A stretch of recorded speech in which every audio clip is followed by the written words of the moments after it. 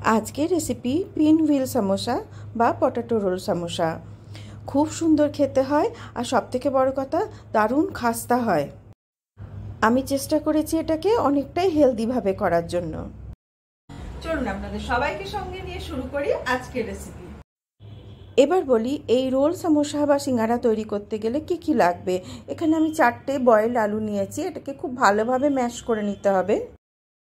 একটা মিক্সিং জারের মধ্যে 3টে কাঁচা লঙ্কা, 1 টুকরো আদা, আর দিচ্ছি একটু বেশি করে গোটা ধনে, মানে 1 চামচ আর হাফ চামচ, মানে 1.5 চামচ মতো আমি ধনে দিয়েছি। আর দিচ্ছি 8 থেকে 10টা গোলমরিচ দিয়ে এটাকে একটু পিষে নেব। আর আরেকটা জিনিস লাগবে, একটু মৌরিও লাগবে। মৌরিটা এই 1/3 টিস্পুন মতো দিলেই হবে।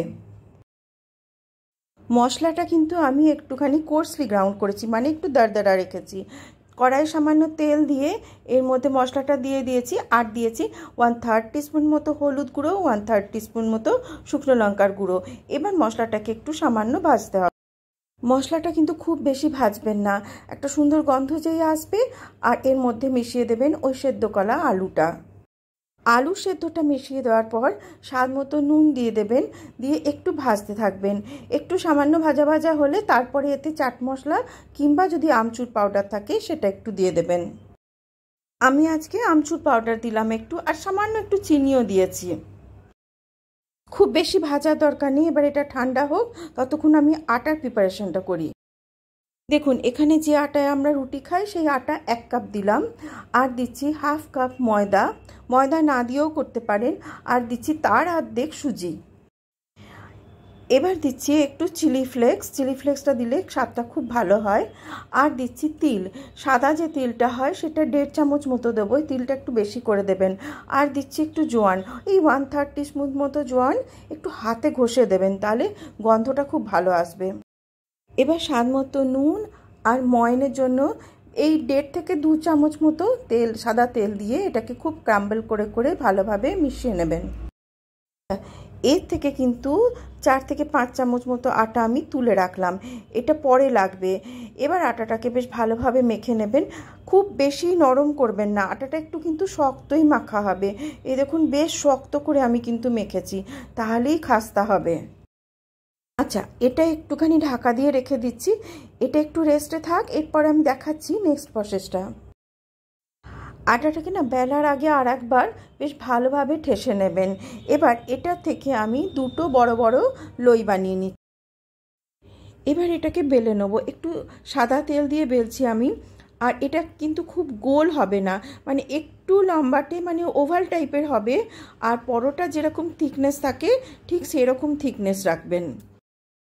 এই যে আমি দেখাচ্ছি কীরকম হবে, এর শেপটা ঠিক এইরকম রাখবেন। এই দেখুন, আর থিকনেসটাও দেখাচ্ছি, এই যে দেখুন ঠিক এইরকম হবে, খুব মোটাও না খুব পাতলাও না।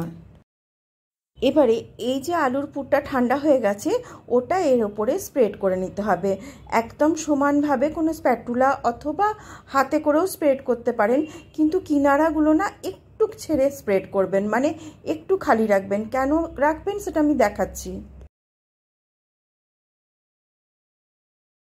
এবার এই একটা পাশ ধরে বেশ টাইট করে রোলটা করতে শুরু করবেন, একদম টাইট করে রোল করবেন, হালকা হাতে টাইট করে রোল করবেন। আর এই যে কিনারাটা ছিল, এই কিনারাটা দিয়ে এখানে সামান্য একটুখানি জল লাগিয়ে ওই কিনারাটা এর সঙ্গে চিপকে দেবেন, দিয়ে একবার জাস্ট রোলটাকে বুলিয়ে নেবেন।